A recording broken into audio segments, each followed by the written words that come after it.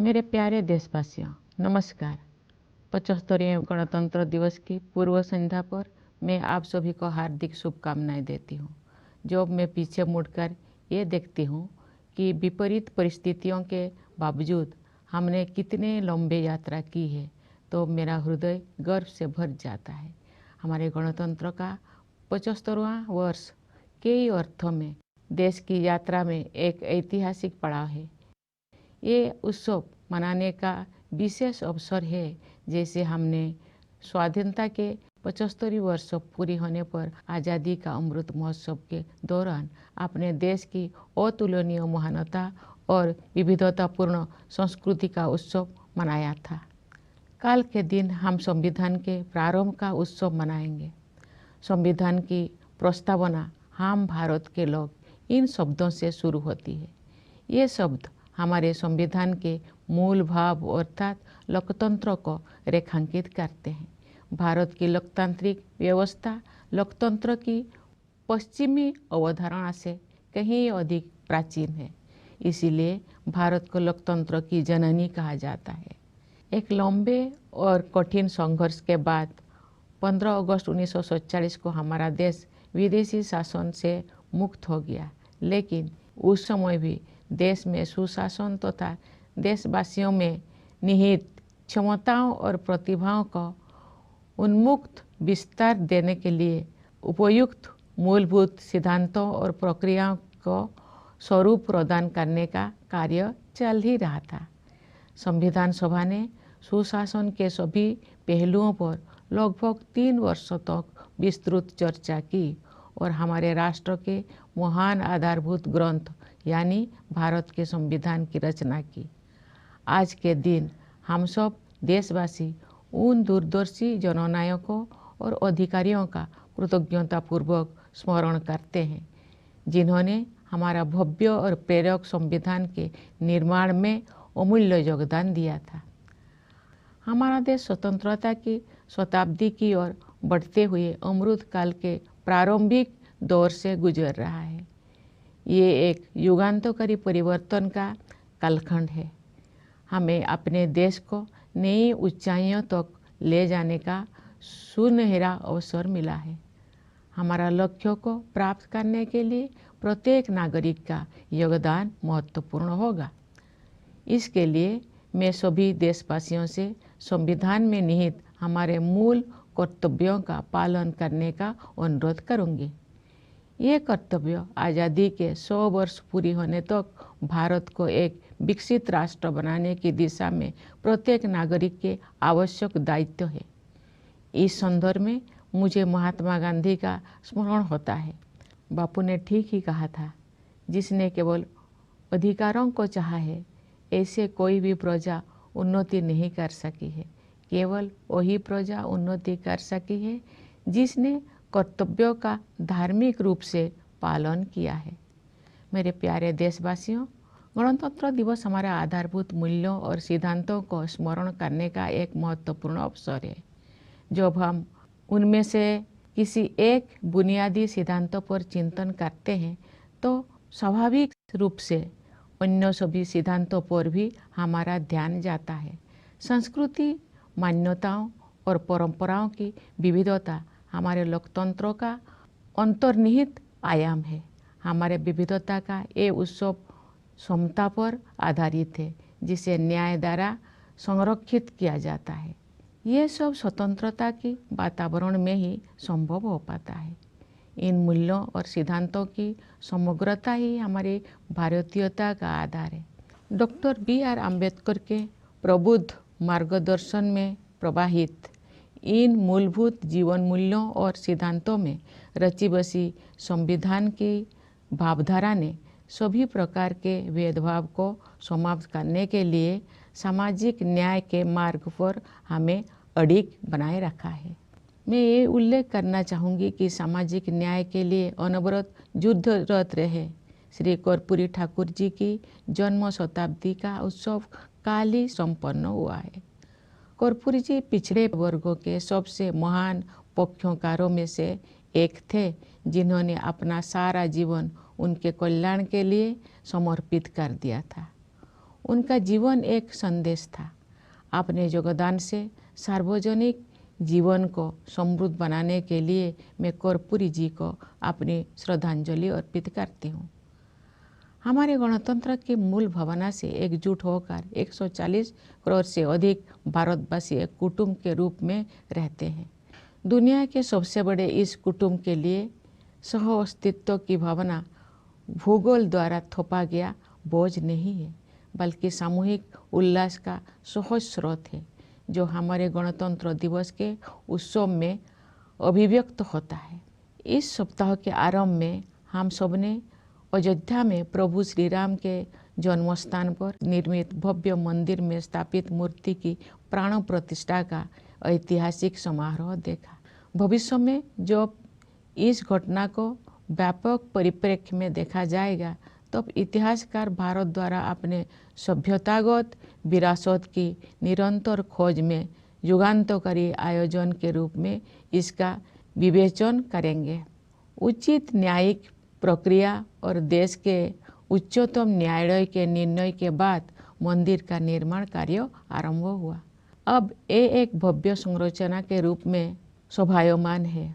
ये मंदिर न केवल जन जन की आस्था को व्यक्त करता है, बल्कि न्यायिक प्रक्रिया में हमारे देशवासियों की अगाध आस्था का प्रमाण भी है। प्यारे देशवासियों, हमारे राष्ट्रीय त्यौहार ऐसे महत्वपूर्ण अवसर होते हैं जब हम अतीत पर भी दृष्टिपात करते हैं और भविष्य की ओर भी देखते हैं। पिछले गणतंत्र दिवस के बाद के एक वर्ष पर नज़र डालें तो हमें बहुत प्रसन्नता होती है। भारत की अध्यक्षता में दिल्ली में G20 शिखर सम्मेलन का सफल आयोजन एक अभूतपूर्व उपलब्धि थी। G20 से जुड़े आयोजनों में जन सामान्यों की भागीदारी विशेष रूप से उल्लेखनीय है। इन आयोजनों में विचारों और सुझावों का प्रभाव ऊपर से नीचे की ओर नहीं, बल्कि नीचे से ऊपर की ओर था। उस भव्य आयोजन से ये सीख भी मिली है कि सामान्य नागरिकों को भी ऐसे गहन तथा अंतर्राष्ट्रीय महत्व के मुद्दे में भागीदार बनाया जा सकता है, जिसका प्रभाव अंततः उनके अपने भविष्य पर पड़ता है। G20 शिखर सम्मेलन के माध्यम से ग्लोबल साउथ की आवाज़ के रूप में भारत के अभ्युदय को भी बढ़ावा मिला, जिससे अंतर्राष्ट्रीय संवाद की प्रक्रिया में एक आवश्यक तत्व का समावेश हुआ। जब संसद ने ऐतिहासिक महिला आरक्षण विधेयक पारित किया, तो हमारा देश स्त्री पुरुष समानता के आदर्शों की ओर आगे बढ़ा। मेरा मानना है कि नारी शक्ति बंधन अधिनियम महिला सशक्तिकरण का एक क्रांतिकारी माध्यम सिद्ध होगा। इससे हमारे शासन की प्रक्रियाओं को बेहतर बनाने में भी बहुत सहायता मिलेगी। जब सामूहिक महत्व के मुद्दों पर महिलाओं की भागीदारी बढ़ेगी, तो हमारी प्रशासनिक प्राथमिकताओं का जनता की आवश्यकताओं के साथ बेहतर सामंजस्य बनेगा। इसी अवधि में भारत चंद्रमा के दक्षिणी ध्रुव के क्षेत्र पर उतरने वाला पहले देश बना। चंद्रयान-3 के बाद इसरो ने एक सौर मिशन भी शुरू किया।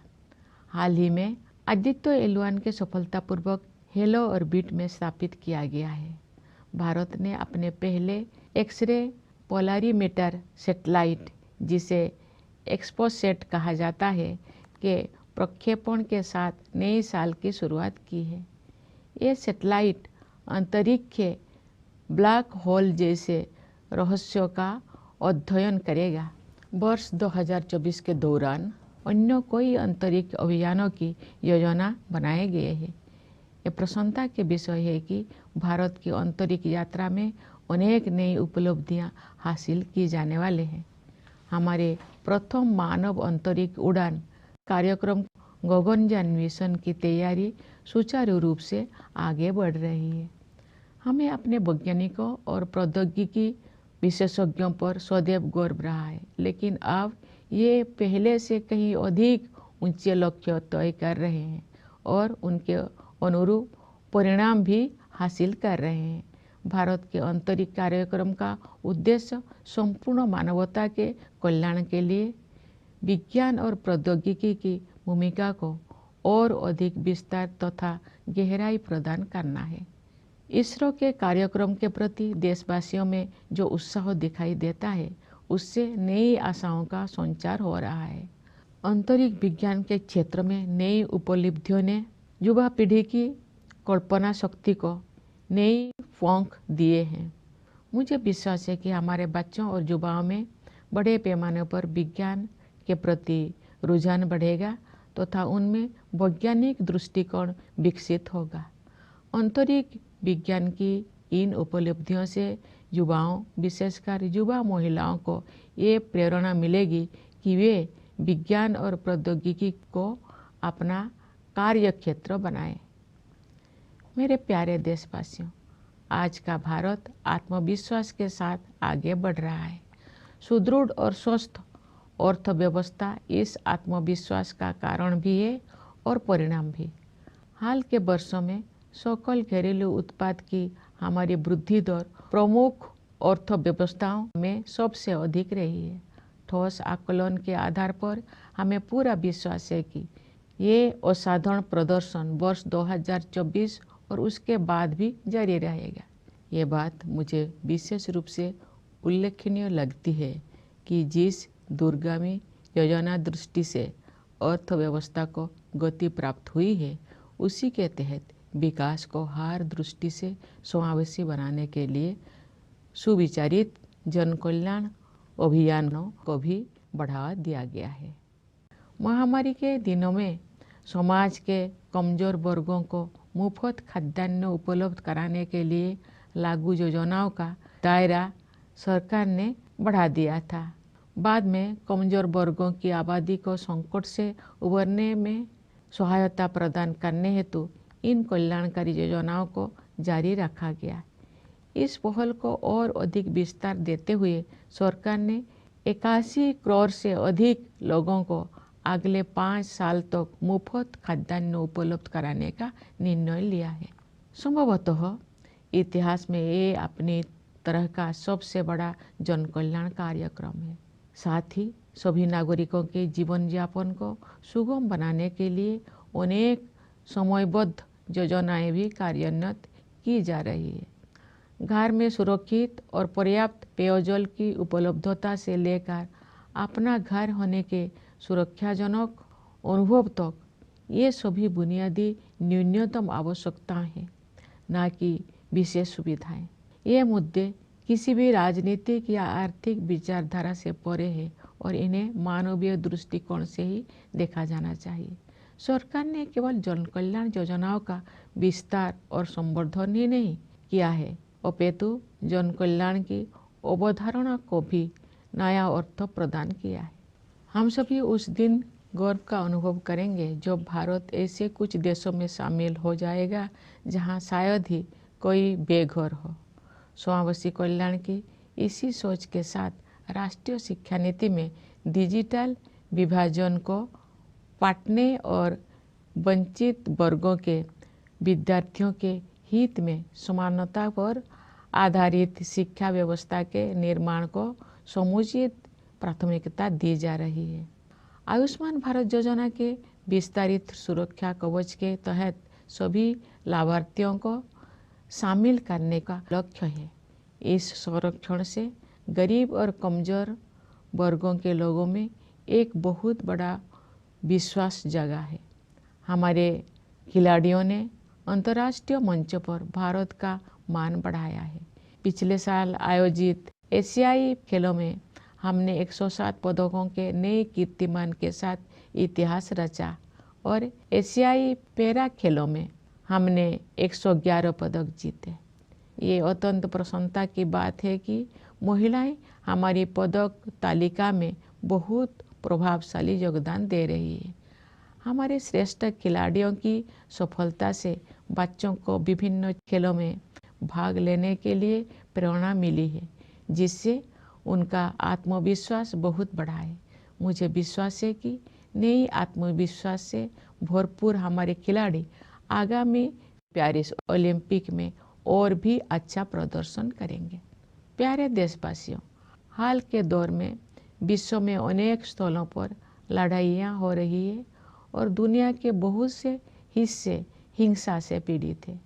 जब दो परस्पर विरोधी पक्षों में से प्रत्येक मानता है कि केवल उसी की बात सही है और दूसरे की बात गलत है, तो ऐसी स्थिति में समाधान परक तर्क के आधार पर ही आगे बढ़ना चाहिए।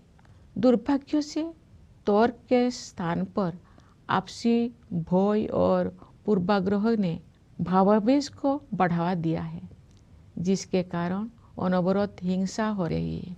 बड़ी पैमाने पर मानवीय त्रासदियों की अनेक दुखद घटनाएं हुई है और हम सब इस मानवीय पीड़ा से अत्यंत व्यथित है।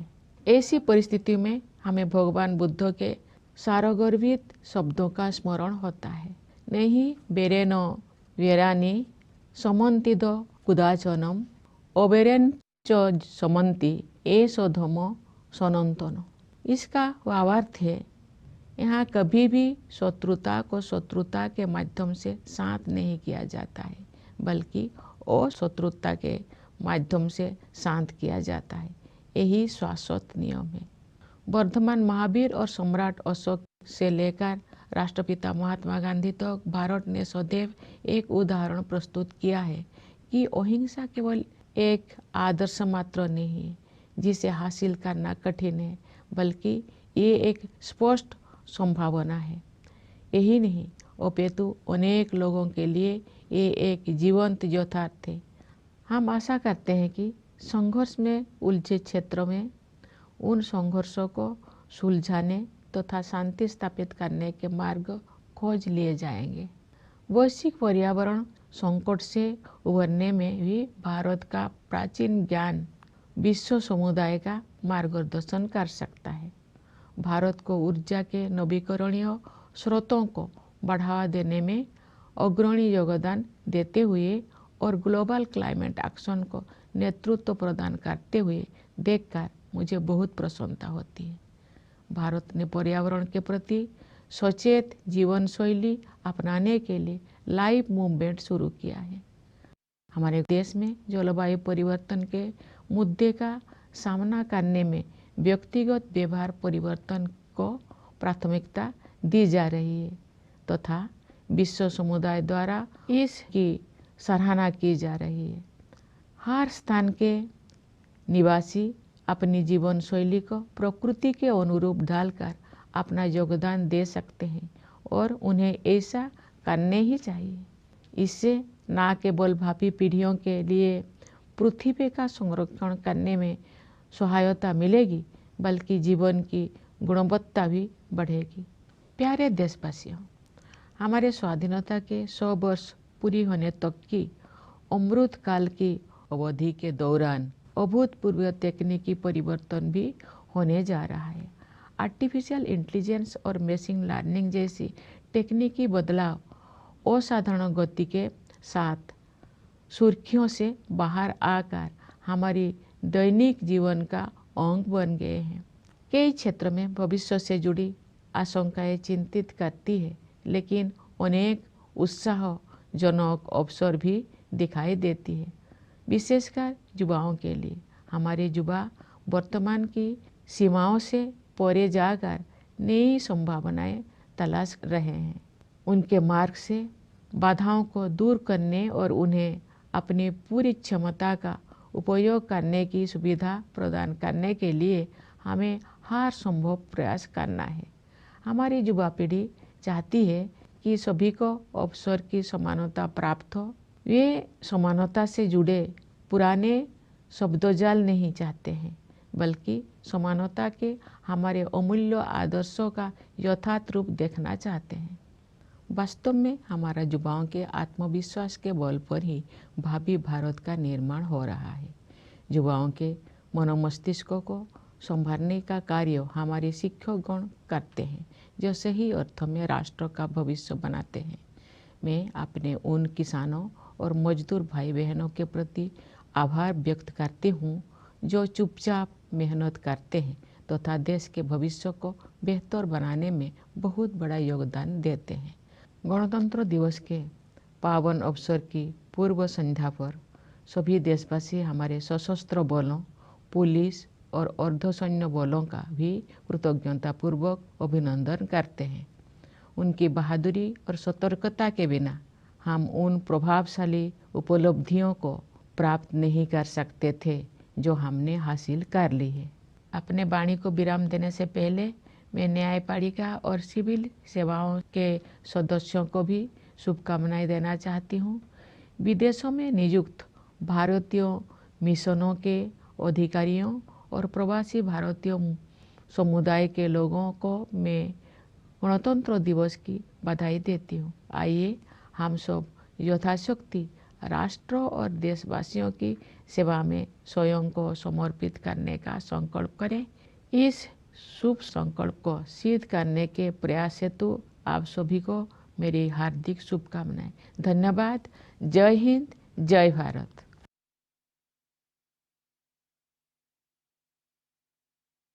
My dear fellow citizens, Namaskar. My heartiest greetings to all of you on the eve of the 75th Republic Day. My heart is filled with pride when I look back and see how far we have traveled despite adversities. The 75th year of the Republic is truly a historic milestone in the journey of the nation in many ways. This is an especially festive occasion, just as we celebrated the unique greatness and diverse culture of our nation during the Azadi Ka Amrit Mahotsav, when we completed 75 years of independence. Tomorrow is the day when we celebrate the commencement of the Constitution. Its preamble begins with the words, "We the people of India," highlighting the theme of the document, namely democracy. In India, democratic system is much older than the concept of Western democracy. That is the reason why India is called the mother of democracy. After a long and difficult struggle, on 15th August 1947, India became free from foreign rule. Yet, the task of framing the principles and processes that would govern the country and unleash its true potential was still a work in progress.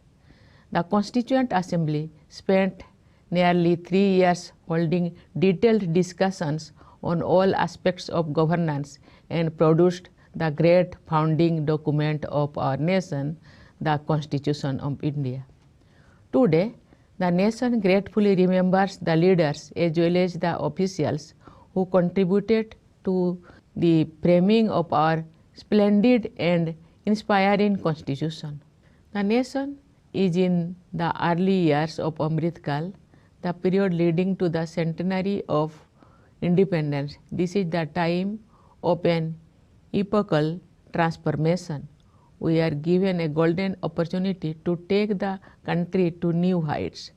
Contribution from every citizen will be crucial to achieve our goals. For this, I will appeal to all my fellow citizens to abide by our fundamental duties enshrined in the Constitution. These duties are essential obligations of every citizen towards making Bharat a developed nation when it completes 100 years of independence. Here I think of Mahatma Gandhi, who had rightly said, "No people have risen who thought only of rights, only those did so who thought of duties." My dear fellow citizens, Republic Day is an occasion to recall our foundational values and principles.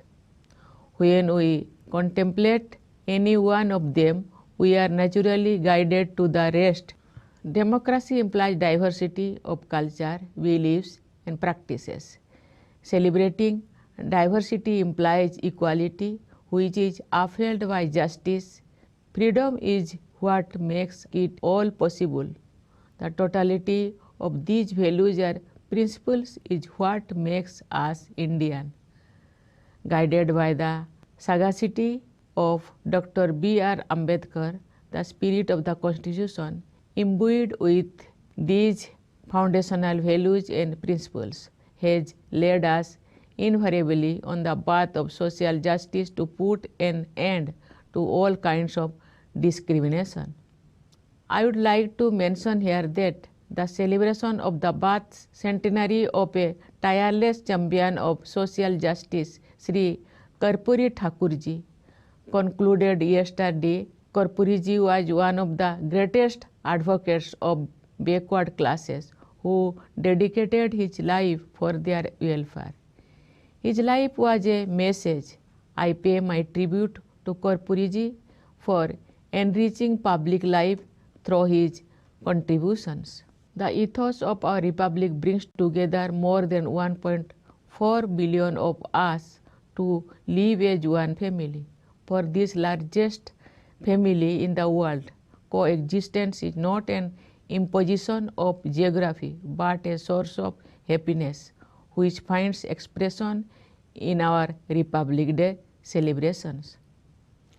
Earlier this week, we witnessed the historic consecration ceremony of the idol of Prabhu Sri Ram in the glorious new temple constructed at his birthplace in Ajodhya. When this event will be seen in the wider perspective, the future historians will consider it a landmark in India's continued rediscovery of its civilizational heritage. The construction of the temple commenced after the due judicial process and the decision of the highest court of the land. Now it stands as a grand edifice, giving a befitting expression not only of people's faith but also as a testament to people's enormous trust in judicial process. My dear fellow citizens, our national festivals are momentous occasions when we together look back and look ahead. If we look at the year since the last Republic Day, there is much to be pleased about. The successful organizing of the Group of 20 summit in the capital under India's presidency was an unprecedented achievement. What was all the more noteworthy was the way the people were involved in the G20 events. The ideas and inputs traveled not downwards from the top but upwards from the bottom. The magnificent event provided lessons for all in making citizens participants in strategic and diplomatic matters that are in the final analysis going to shape their own future. The G20 summit also boosted India's emergence as the voice of the global south, adding a necessary element to the international discourse. We also progressed further towards the ideal of gender equality when the Parliament passed the historic Women's Reservation Bill. I believe the Nari Shakti Bandhan Adhiniyam will prove to be a revolutionary tool of women's empowerment. It will also go a long way in improving the processes of our governance. When more women will be involved in the matters of collective importance, our administrative priorities will be more in tune with the needs of the masses. It was also the year when India went to the moon, becoming the first to land on the lunar South Pole region. After Chandrayaan-3, the Indian Space Research Organization rolled out a solar mission as well.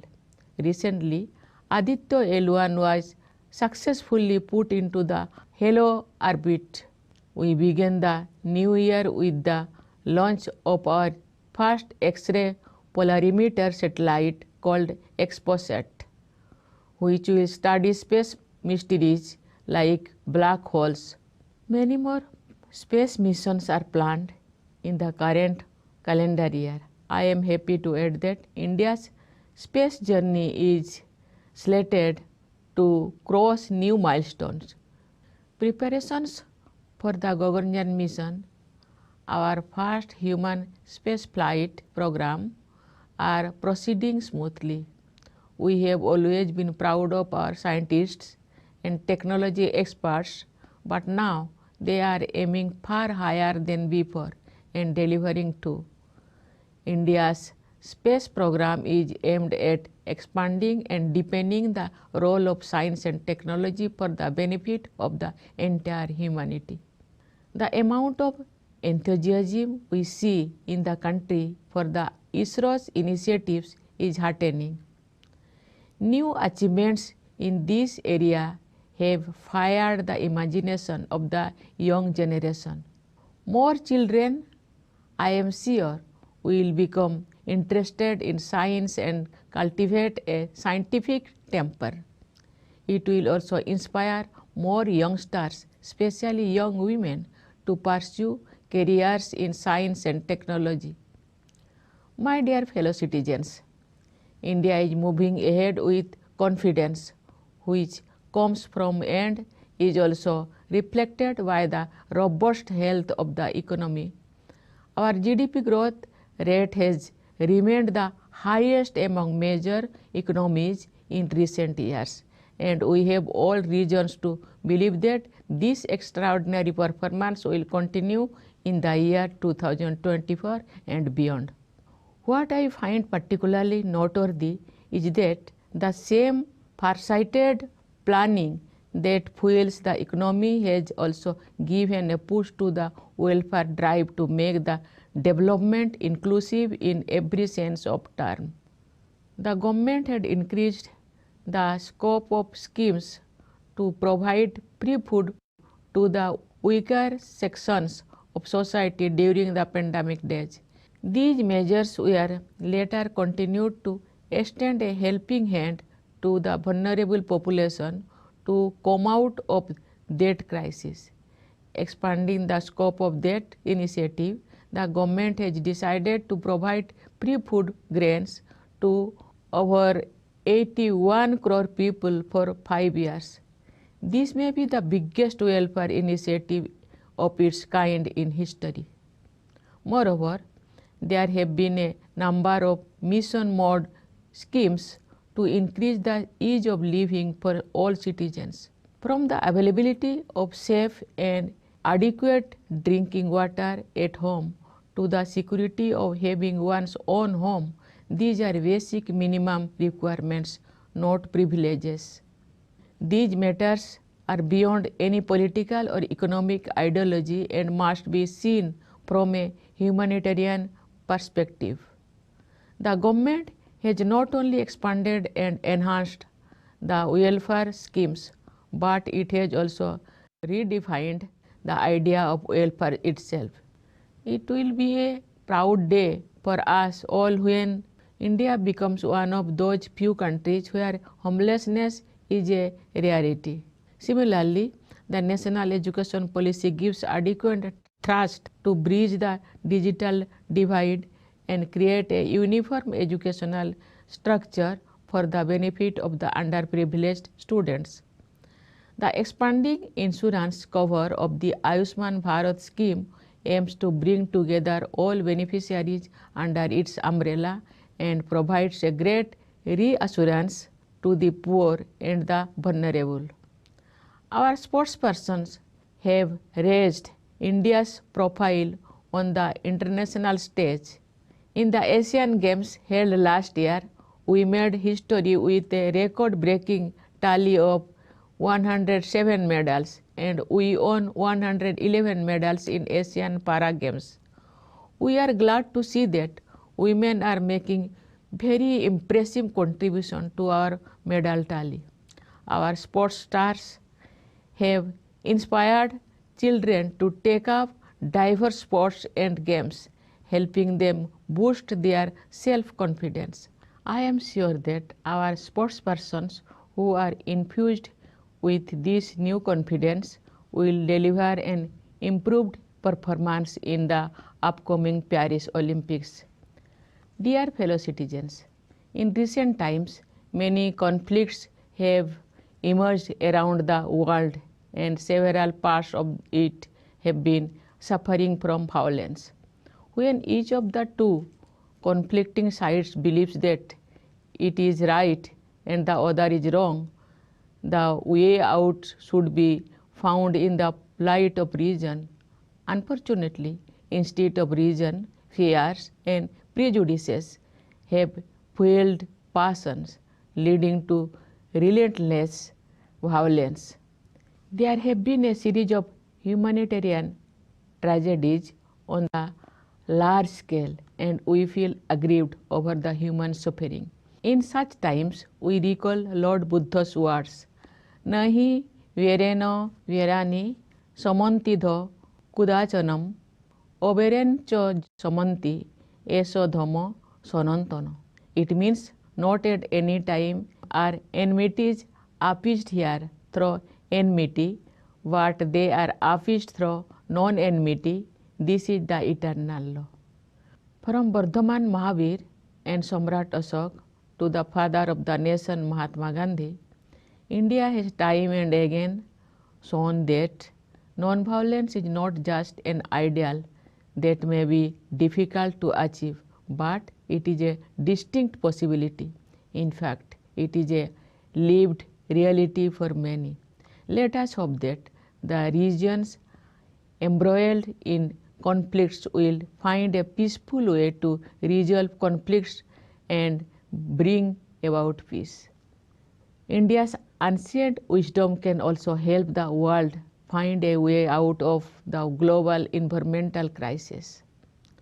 I am glad to see India at the forefront of promoting renewable sources of energy and taking a leadership position in global climate action. India has launched the LIFE movement for adoption of environment conscious lifestyle.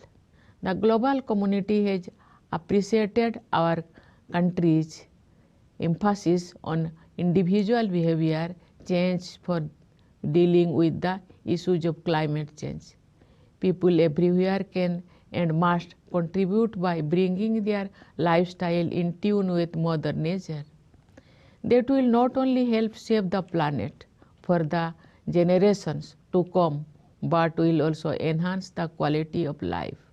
Dear fellow citizens, the period of Amritkal is also going to be the period of unprecedented technological changes.